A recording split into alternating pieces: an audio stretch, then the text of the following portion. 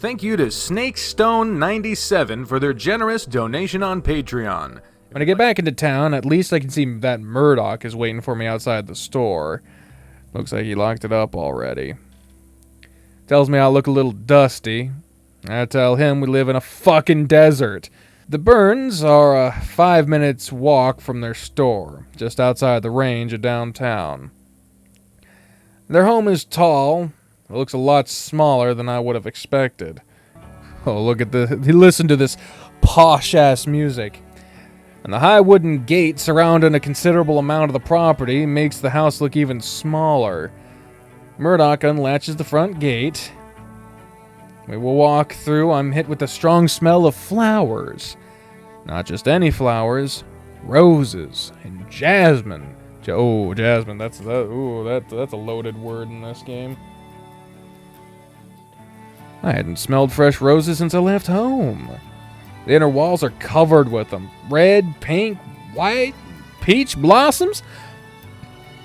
I see the older Burns sister crouched near one of the beds, pruning the sides of one of their vines.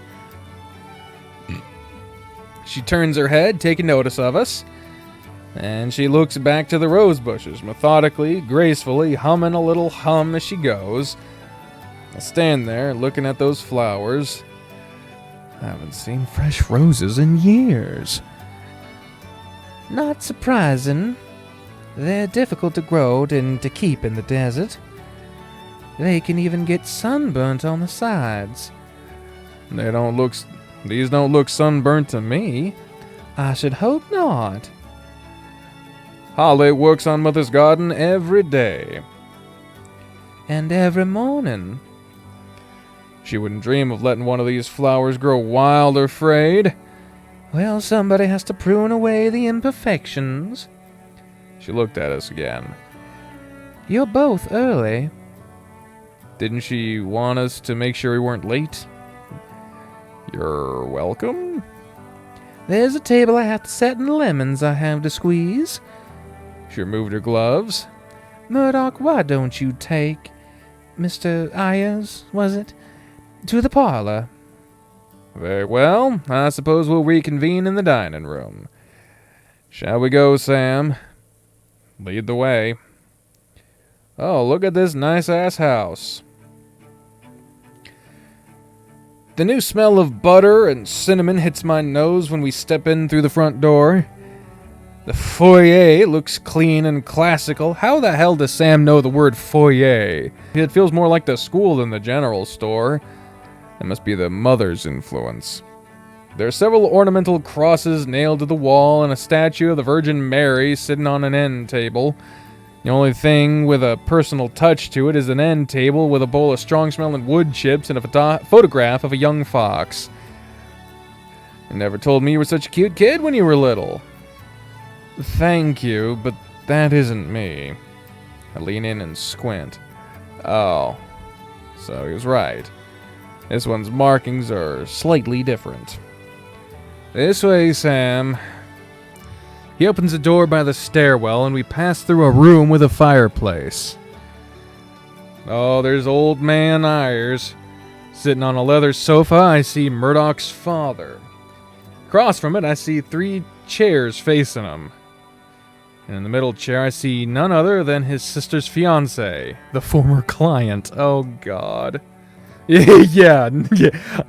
He fucking... he noticed who we are. My lips feel dry, and I can remember how strong his load tasted on the back of my tongue. Oh, Christ, you're gonna bring that up every time.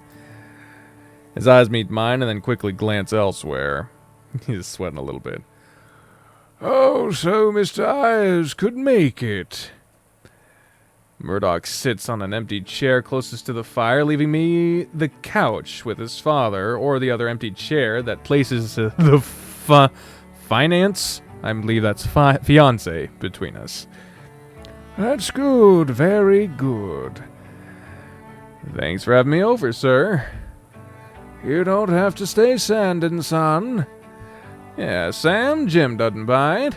I almost say I know, but then I stop myself horrified. I don't want to conjure up a problem with Murdoch or my new boss, so I picked a less awkward place to sit. A place that puts Jim in between me and Murdoch. I put my paws in my pocket to keep from showing off how my claws keep retracting. You're a gambling man, Mr. Ayers. There's not much I have to gamble with, sir. That's good, son. That's real good. I like to see a young person with a practical head. But there's something a little bit wrong with never wanting to become more than what you are, wouldn't you say? I'm not sure what you mean. Well, I think you'll find that most business-minded folks will have to risk something to gain something, wouldn't you say? I'm not sure what to say at all. Sometimes when I'm talking to this man, it feels like he's having a conversation with himself. And he invites me into the conversation all of a sudden without asking me. Something off about it. Well, you see, Jim here takes all sorts of risks. A college-educated man, a scientist even. I'm more of an assayer than a researcher, Mr. Barnes. But who'd have thought that a geological degree would have warranted a position like yours at CGCS? Fuck! That kind of risk is a gamble, Jim. And a mark of greatness by my standards. Perhaps both Sam and Jim would prefer to talk about something other than work. You don't interrupt me! Alfred's relaxed tone suddenly shifted into a sharp one.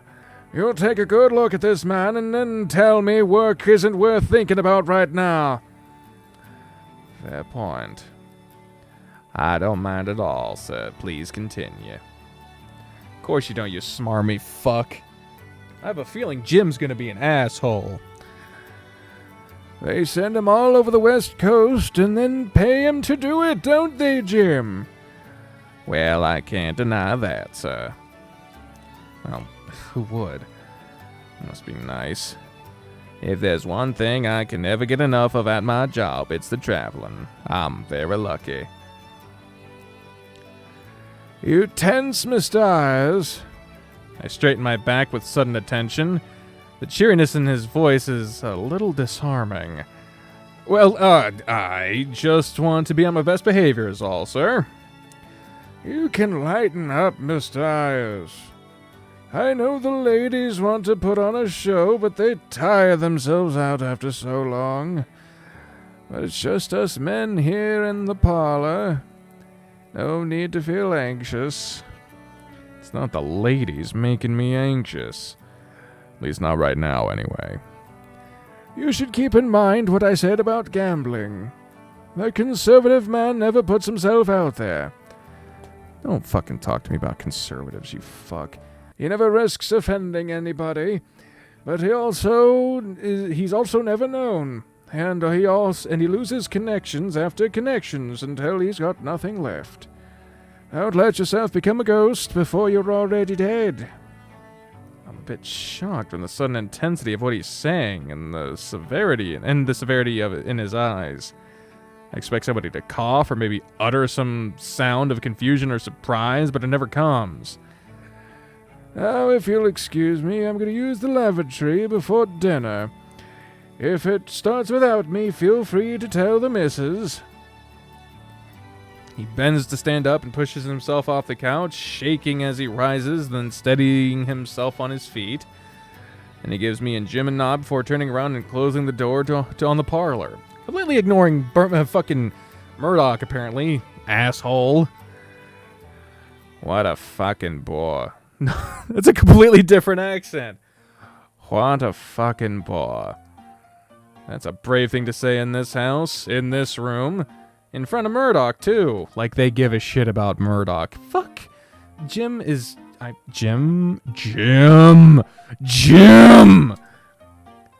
I'm sure that most of my family comes across as boring to you compared to the lifestyle you're used to. Oh, you've no fucking idea. You shared the same sentiment about them too before. But at least you're not boring. Nor is he, for that matter. He jerks his head to me. I lift a brow, wondering if he's saying what I think he's saying, and Murdoch looks at me like he's confused for a second. Looks like he's about to say something to me when a door opens on the opposite side of the room. When the door on the opposite side of the room opens. We hear the ringing of a porcelain bell and Holly's voice, though she never enters the room. Dinner and served, gentlemen. I don't know if I'm happy that the bell derailed the opportunity for Murdoch's question now, or anxious knowing that the question will come back later. The dining table looks carefully set. It'd be hard to believe people ate food off of it if the plates weren't lined with steaming red corned beef sitting on mounds of cabbage. Ugh. Plates were placed on knitted doilies, and the large glass pitcher of water filled with lemons sits in the center of the table. I could identify the cinnamon and butter smell from the thick slices of warm brown bread in front of me. Holly takes her seat next to Jim, and Dahlia sits next to Holly. Gretchen and Red take their seats across from them. Myself and Murdoch wedge ourselves in at the end of one side. There's a place set for you already, Mr. Ayers. Jesus, she is not a happy camper. Look. She is not happy at all. She pats the seat at the far end of the table. Would it be acceptable if I sat here, ma'am? Not for the fuss, no. Over here, if you please. I rise from the chair, pulling it out carefully as I walked all the way to the opposite end of the table. There. Now the whole family's eyes can be on you as a proper guest. I'm proud to say the hiring you was one of the best things my son has done in months. Sam here has been an associate of Sheriff Adler's for quite some time. I met him when Dad assigned me to take photos for his most recent case. I can't take all the credit. Well, perhaps you should. Running a business isn't small potatoes. You're going to need to let your employees know that you're competent if you're running the whole store. If you shy away from claiming your achievements, then I assure you a competitor will summon the bravery. Holly knows that you have to take credit where credit is due. She's organizing her entire wedding by herself and on a budget. Why, even Dahlia knows that. The small vixen unfolds her napkin across her lap, not making eye contact with her mother when she opens her mouth. She hasn't made eye contact with me either. In fact, I almost forgot she was here. Sharing your expertise is sometimes a skill, but so is knowing when not to share it. Oh my God, Mrs. Burns, do not fucking look at me like that. Gretchen, please don't. Mrs. Burns rolls her eyes. But as far as the rest of us who have our own heads... But the rest of us who have our heads down on planet Earth... Well, there you go. That fucking solidifies it.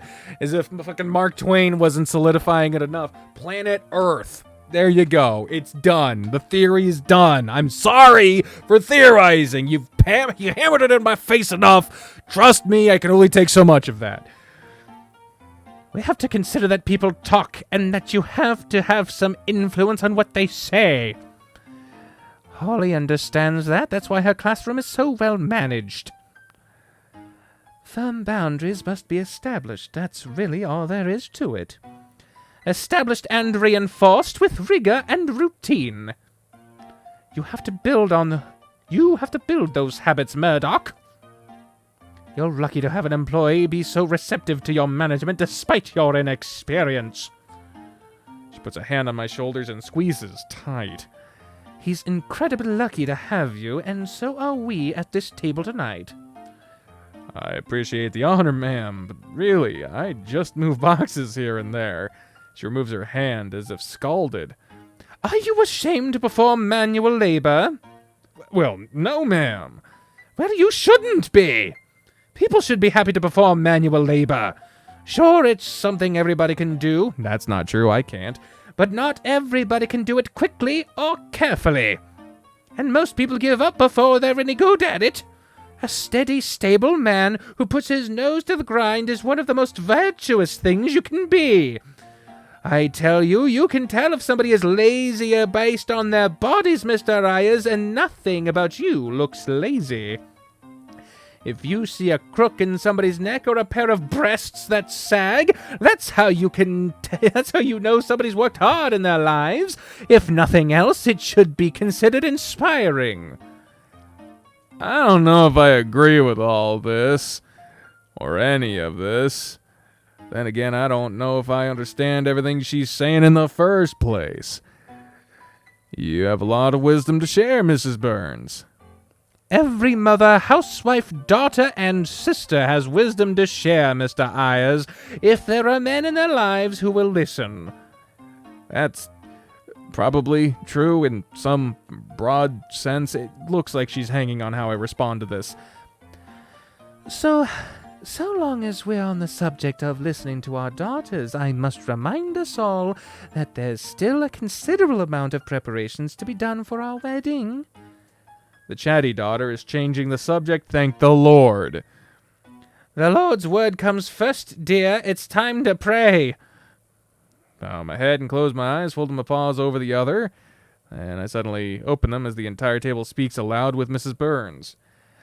Bless us, O Lord, and these thy gifts which we are about to receive from thy bounty through Christ our Lord. Amen. I haven't said that in years, and with good reason. Now then, it seems like we have plenty of capable hands present now to address your needs.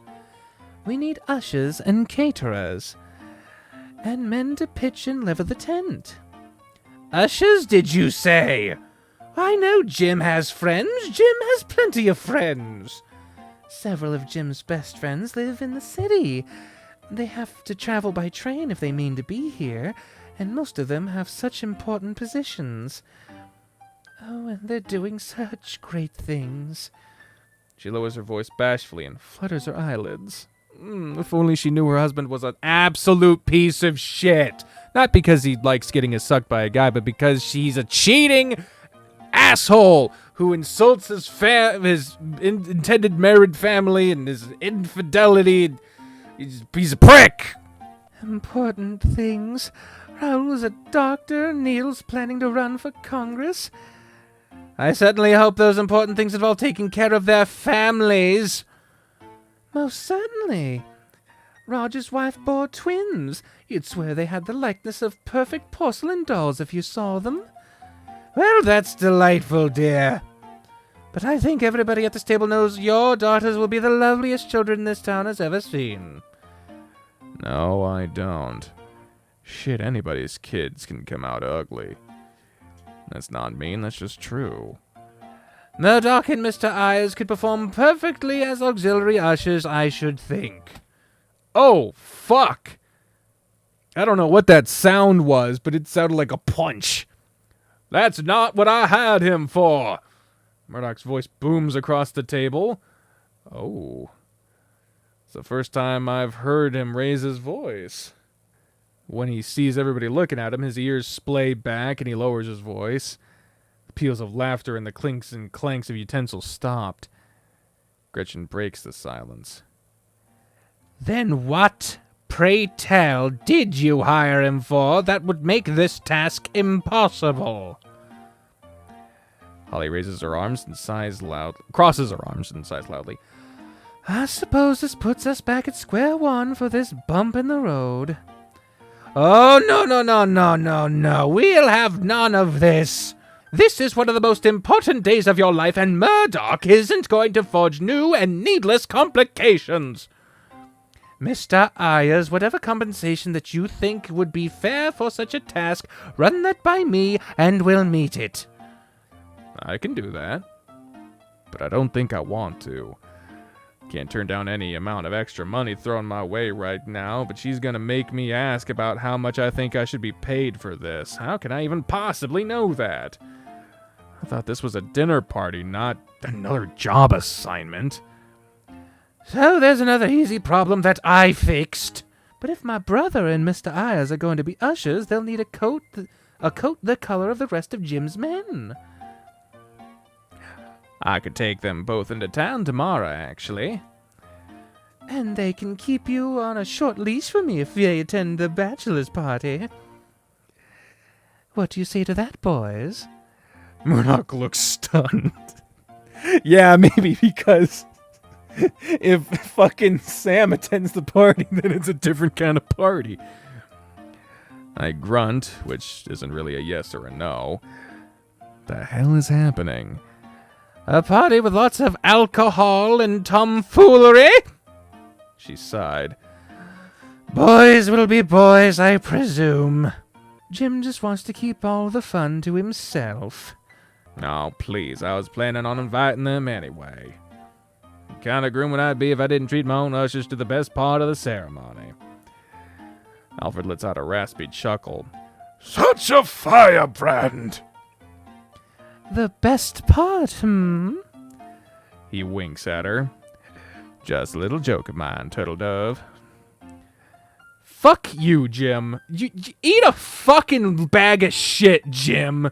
I swear to God, if I saw Jim on fire in a ditch, I wouldn't even piss on him to put him out. As we dig into our dinners, not even the high quality of the food can save this experience. Nausea overcomes me. Both of you really ought to get to the tailor tomorrow for a last-minute fitting. I wouldn't exactly call this last minute considering we just heard about it. I'm free to take them to the tailor tomorrow at 11. Perfect. You'll avoid the crowd that way. That's during work hours. I've managed that store for nearly 20 years without you. We'll live without you there for another hour or two. Go. That's the last time we're mentioned in the dinner conversation, which feels like it goes on for too long. Finally, Dahlia is the first to excuse herself, which turns into a chain reaction of thank yous and the pulling out of chairs. I thank Holly for the cooking and Mr. and Mrs. Burns for the conversation. Mrs. Burns squeezes my shoulder with her bony hand and smiles at me. She thanks me too, and I have to muster most of my strength not to recoil. I tell them that I have another engagement to make and Murdoch follows me out the door. It's cold out here at night, but at the moment the temperature isn't enough to persuade me to stay inside. But I do stop after I hear Murdoch follow. But I do stop after I don't hear Murdoch following me. Ain't she coming? He shakes his head. Got some things to do. Things can wait, Murdoch. I want to tell him he should go home, because this sure as hell isn't that for him. Maybe change the subject and knock some sense into him. You looked like you wanted to tell me something before dinner. We'll talk about that later. Closes the door on me. Let out a big sigh. Suit yourself. I think I'm going to sleep even harder tonight than I did before. Is this the fade out? Is this the fade out? No, it's not. It's a fade in. My morning routine is getting easier and easier. Man, this update has encapsulated an entire day already. Damn. I boiled water with a few orange slices just a little early to wash away the grime and seed from a messy bear the prior night. I dressed myself. I even managed to eat breakfast today, thank God. Make my way to the store on time, too. My mind and body feel fresh and ready to put in a full day's work. Murdoch's man at the cash register this morning. Hey, look. I'm on time today. Fox stares forward, but it feels more like he's staring past me. I figured you'd be proud of me. Uh-huh. I'm making jokes, Murdoch. So you are. Sorry, but it's a bit difficult for me to focus on anything now. I made a list of things you might be able to do before we get pulled downtown for a fitting. He handed me a little piece of paper. I stare at the list. Water the roses, hose down the porch, order milk, stack the papers, eat breakfast. Since when does the store carry roses? Wrong list. Damn, they got him doing all of that shit before breakfast? And breakfast had a question mark on it? Damn, fuck, man. Damn. They're really hammering home how shit his home life is. I mean, we already figured that part out, but Jesus Christ. He plucks that one out of my hands. Oh, it's for Dahlia. Fuck, they got her doing all that shit before breakfast. Goddamn. I told you I'm tired. I know you're a fox, but there's no need to bark at me. Sorry.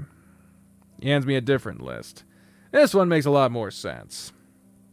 A lot of stupid preferences for stacking things that don't make a lick of sense. For somebody learning about how to manage a store, they sure don't seem to let him manage much. That's family business. I start doing what's written on the sheet, and I don't bother asking any questions. My first task is pretty terrible.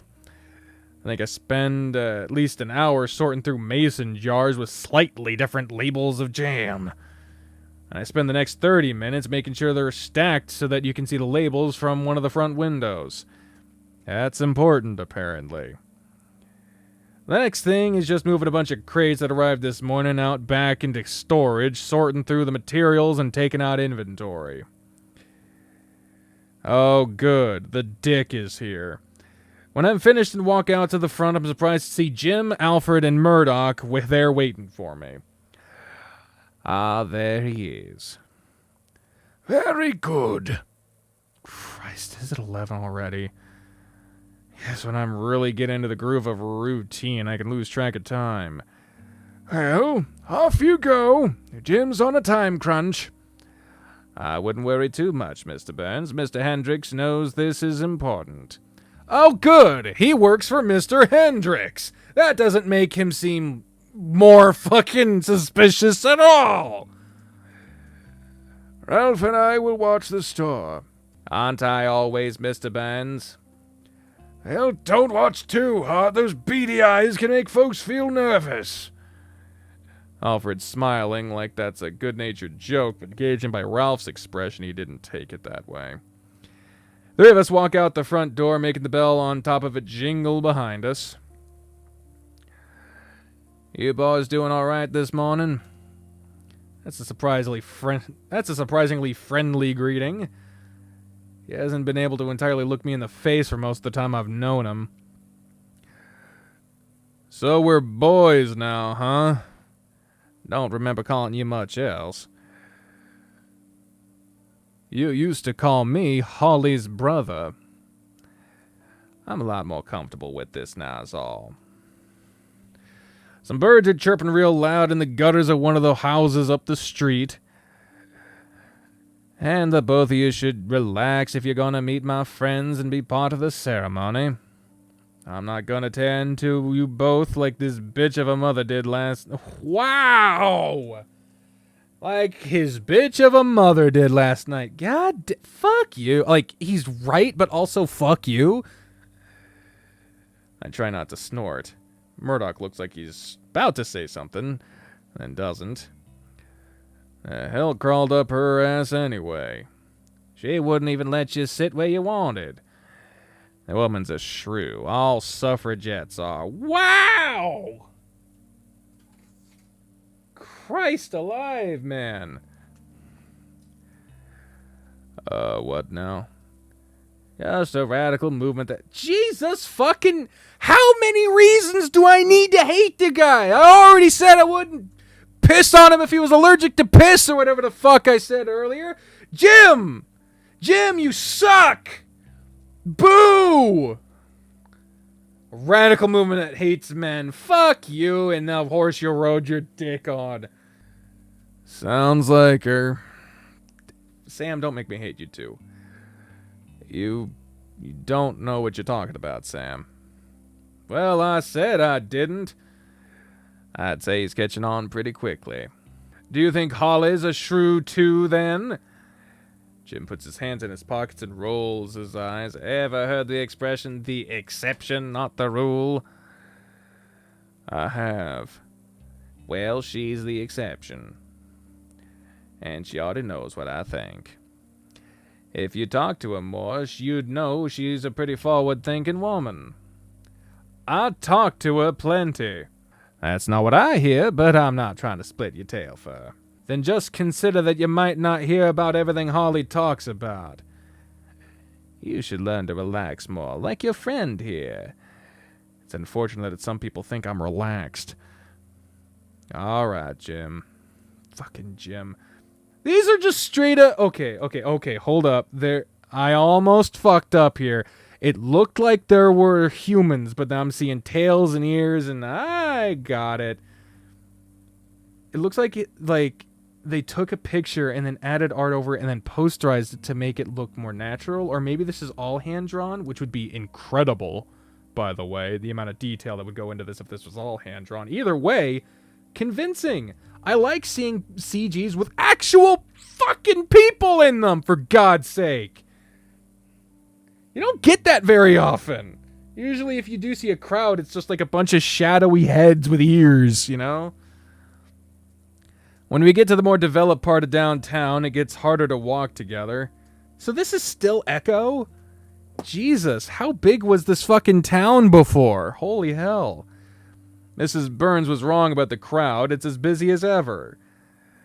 So how far is this Taylor anyway? Jim gives me a skeptical look. You're saying you've never been to the Taylor before? Not a fancy one, no. Folks I know mend their own clothes. They keep trying to teach me, but I don't have much patience for it. I expect Murdoch to chime in with something cheeky about me handling a sewing needle, but he doesn't say much at all. He's distant again, and unengaged with his surroundings. It's almost like he didn't hear it all. There we are. Jim points ahead to a modern-looking store with full suits on mannequins in the glass front. Oh yeah, modern-looking store, at least for the time, definitely. I mean, shit, that fucking counter looks like straight-up handcrafted mahogany, for God's sake. It's cool and cozy inside, but the air has a thick smell of shoe polish to it. An impatient-looking rabbit at the counter sizes us up. Can I help you? You're working on a couple of orders under Sterling. Ooh, Jim Sterling.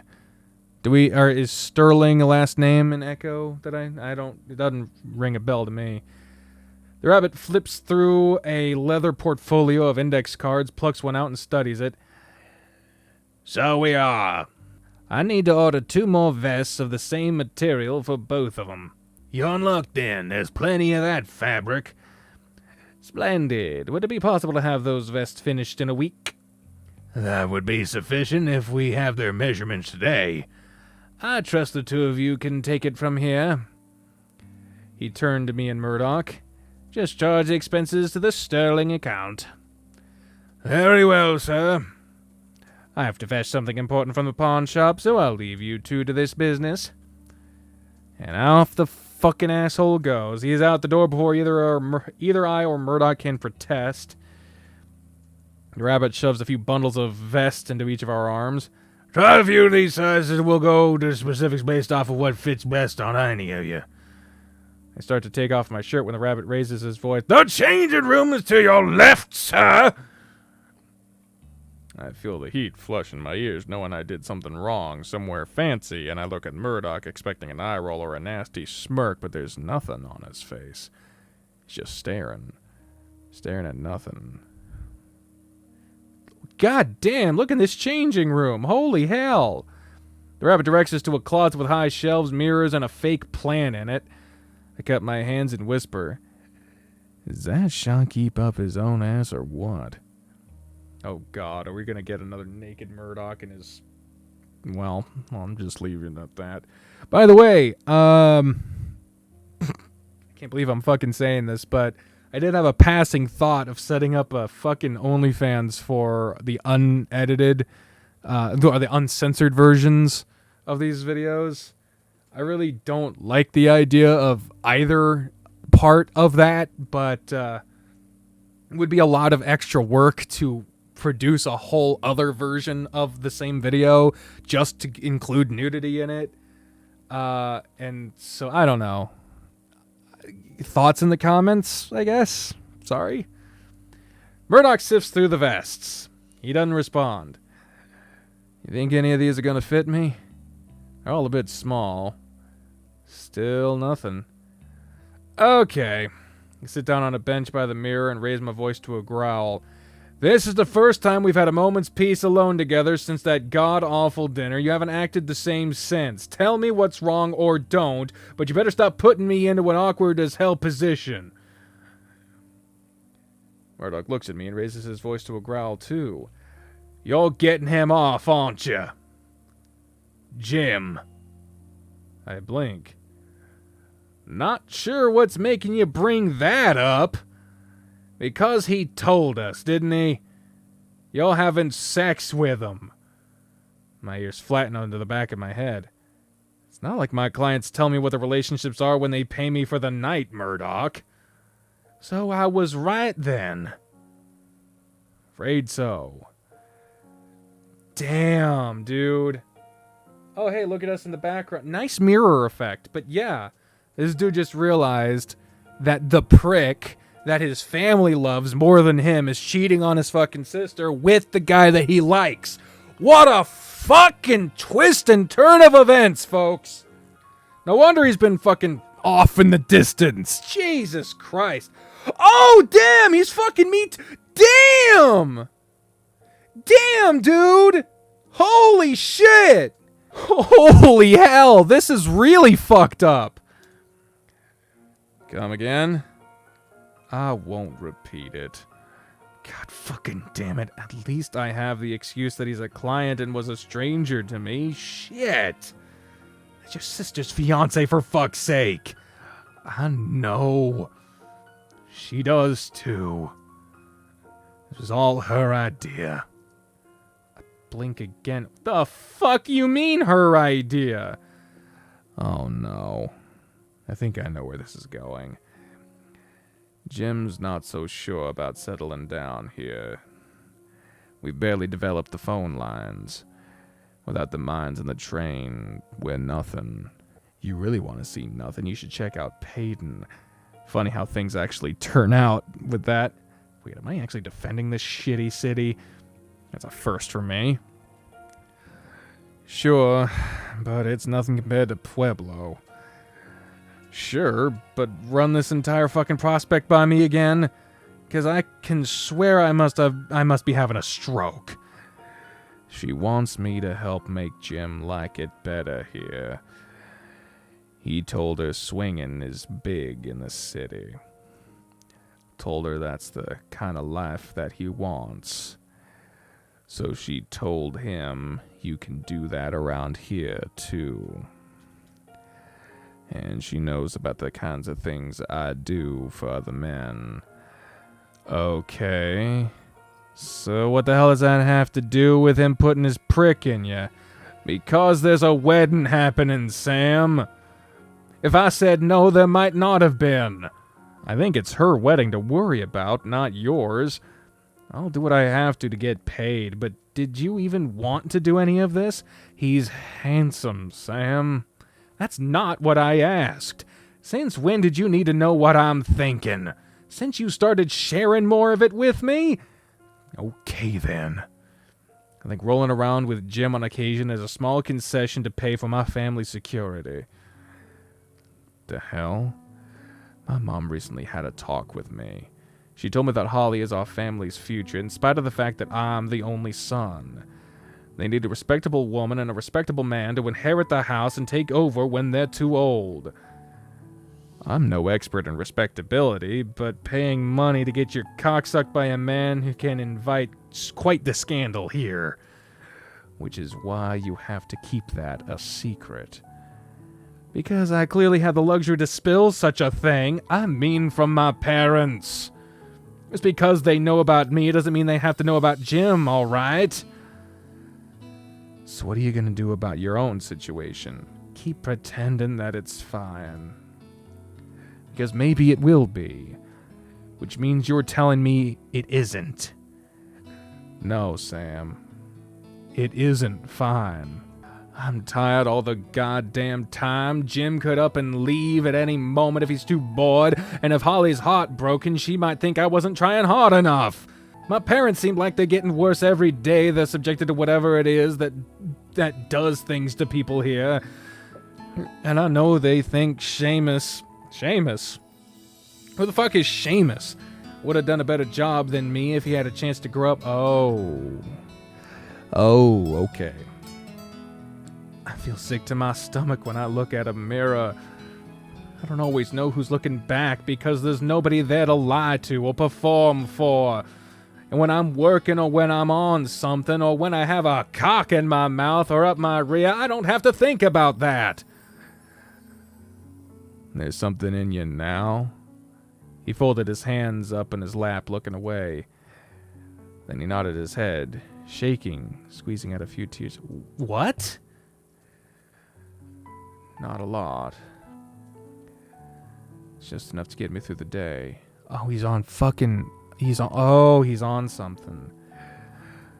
I don't need to know any details. I'm just trying to explain that the only time I get to feel like I'm really me is when my head is between a guy's legs. And I was hoping it was like that for you too. Okay. You shouldn't have assumed any of that, knowing the work that I do. I wanted to show you that there are ways to do that here without caring about fucking money. But it always goes back to money for you. I needed to know that it would be different if your financial situation changed for the better. But I'm sorry I was wrong. To some extent, you weren't. But I understand why you're ashamed. You should be mad. Mad? If somebody told me their well-being was based on how good I sucked their boyfriend's cock, I would have used teeth. Murdoch snorted. The fuck is wrong with you? Guess you would probably call it being selfish or some Catholic crock of shit. But then again, it's the kind of thing that reminds me I'd never be in any kind of situation like the one you're in right now. Your family's fucking atrocious. They didn't used to be. You weren't around when they used to be good to me. I used to think my mother was the smartest woman in the world. She used to read to me. My dad used to build all sorts of things with me. Waterproof boats and tree forts with windows. So did they change, or did you just grow up? I don't know, Sam. These are just my memories, and I miss them. What else do I have? What else do you want? He looks at me. He's trembling and the muscles in his face strain. Then he shuts his eyelids, squeezing them tight. I want to be told that I'm doing a good job. You're doing a good job. He laughs at that, yappy, shrieking guffaws, which turn into loud sobs. Tears are pouring out of his eyes, and he's bent over the vest, holding it with strained claws like he's going to tear it if he adds any more pressure. His mouth opens in a silent scream. And then he stops, very suddenly. Cleans his face with the back of his sleeve, and he looks at me, red-eyed but calm. I'm sorry you had to see that. What? No, it's just emotions. Those are just ordinary. What's not is when you just what? When you act as if you suddenly don't have them. Like you're shutting them off and start to act completely different within seconds. Murdoch frowns. You've never had to do that? Not really? No? Especially not for ordinary things like being sad. I see. I want something else then. Like what? A kiss for free?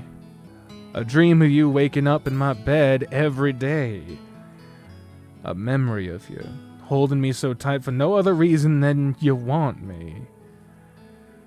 Common fantasy for a sad man to have about a prostitute, is it not? I'm not sure what to say, 'cause that's the truth. Yeah. It's ugly and shameful to want what we can't have, isn't it? No. No. The whole point of a dream is to want what we don't have, ain't it? I said can't have, not don't have. I know what you said. I just don't agree. About what? Maybe I can get to know you. Now that it feels like you're finally letting me. I'm scared. Scared of what? Of sometimes wanting to die. And of there being nothing to know. Not even a worthwhile memory to put in a shoebox after I'm gone. I think there's clearly something. Otherwise, you wouldn't want me. You really do want me, don't you? I do. So, see? There's something. The fox stares at me. He stares at me just like how he stares at the mirrors in his room, in this room. He looks absolutely miserable. Sam? Yeah? If I thought I knew you did something bad, and I was ever scared of you, would you be able to tell me the truth about it? What? What is he talking about? What the fuck do you think he's talking about? I don't know. That's okay. I think I understand. I don't think it matters to me. You don't think what matters to you? What could... Yeah, even the fucking voice in his head is heckling him. What could it possibly be? I think I have a guess. To be continued. Motherfucker, man. Jesus fucking Christ. Well, if that wasn't a fucking anvil of emotions being dropped on us from a third floor window. Holy Christ. Okay, that is a lot. There was a lot going on there for poor Murdoch, and a lot just happening seemingly out of nowhere. We got introduced to a lot of character interaction and a lot of... It was a very dense episode in terms of character interaction and stuff like that. But you know what? Sometimes you need that. Sometimes it fucking helps. And as far as getting you to understand and identify with the struggle of Murdoch, like, this did it more than any of the other fucking updates have so far. Not that they were bad or anything, but it's a hard balance, struggling to balance the plot with the story, if that makes any fucking sense. Anyway, very good update. Let me know what y'all thought about it in the comments down below. Thank y'all for watching. If you want to see other stuff I have done, I've linked to some playlists in the cards up above. If you want to see more stuff that I eventually do, subscribe and hit the bell and like the video. It'll help me out a lot. If you want to play this game for yourself, the link to it is in the description down below, along with a link to support me on Patreon if you so like, if you are so inclined. But until next time, everyone, I've been the Trained Unprofessional. Thank you all very much for watching, and I will talk to you later. Bye, everyone!